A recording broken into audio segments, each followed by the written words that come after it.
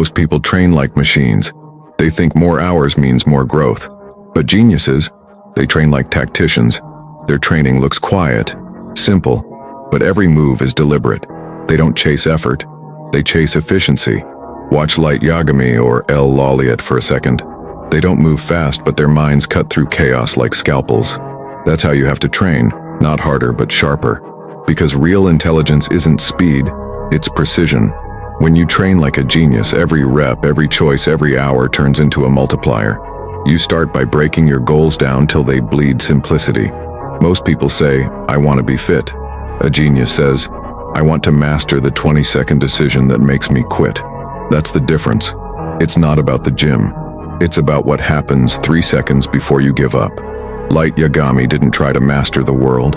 He mastered his reactions, the small, hidden decisions that nobody sees. So when you train, don't attack the big picture.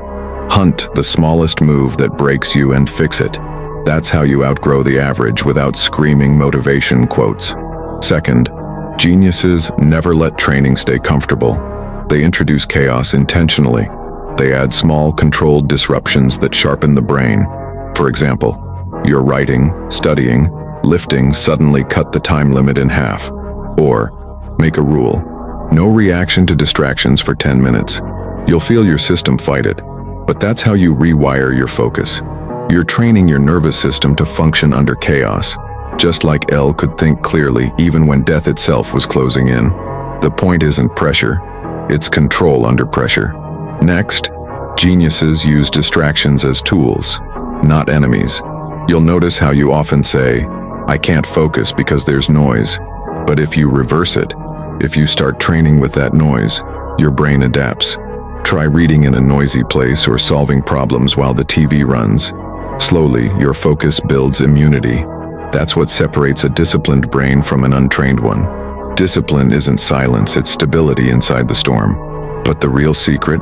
Geniuses study failure like detectives. They don't get emotional about it, they get analytical.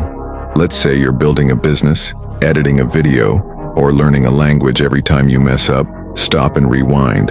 Where exactly did it start going wrong? What micro-decision triggered the fall? Maybe it was hesitation, overthinking, or not trusting your plan. Once you find that fingerprint, design a drill that fixes that exact weakness. You don't need 100 tries. You need one focused correction. L didn't solve cases by luck. He mapped patterns of human error.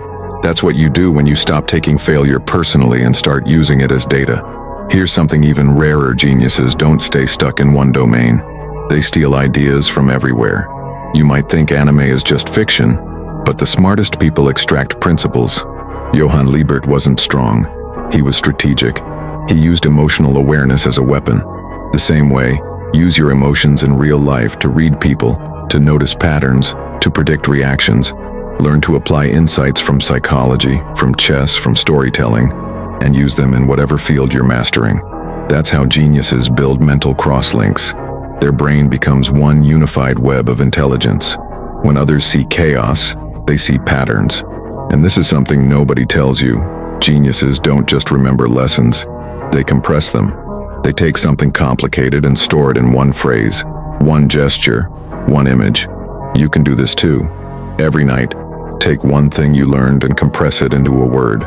Like patience, timing, focus. Repeat that word when your mind slips. Slowly, those words become triggers that keep you grounded. It's like how anime geniuses seem calm. They're not calm by chance, they've programmed their triggers. Now here's the most brutal part. Geniuses simulate defeat. Before they step into real battle, they imagine every way they could fail. They walk through it, see it, feel it, then they correct it before it happens. That's why they look untouchable. They've already died in their mind 1,000 times. You can apply this easily. Before buy a decision, imagine the worst possible outcome, and then ask, how do I prevent this? This single habit removes fear faster than any motivation ever could. You stop fearing failure because you've already seen it and built a plan around it. So, what does training like a genius actually look like in daily life? It's not reading for 10 hours, it's reading for 1 hour with surgical focus. It's not about doing more reps, it's about mastering the rep that breaks your form. It's not about forcing silence. It's about thriving inside noise. You stop copying effort, and you start engineering results. Think of your brain like a muscle.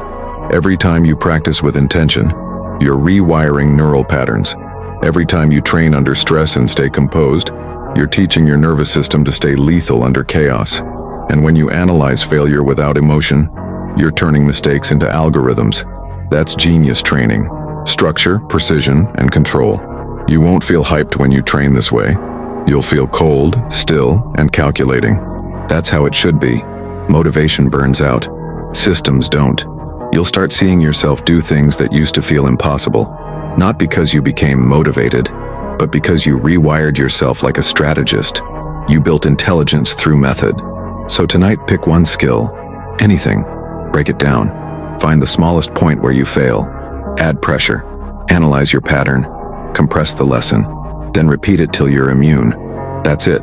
That's the entire method. Geniuses aren't born. They just train differently. Calm in the chaos, precise in repetition, emotionless in failure. Train like that, and in a few months, people won't recognize the version of you that walks past them. They'll call it talent. You'll know it was design.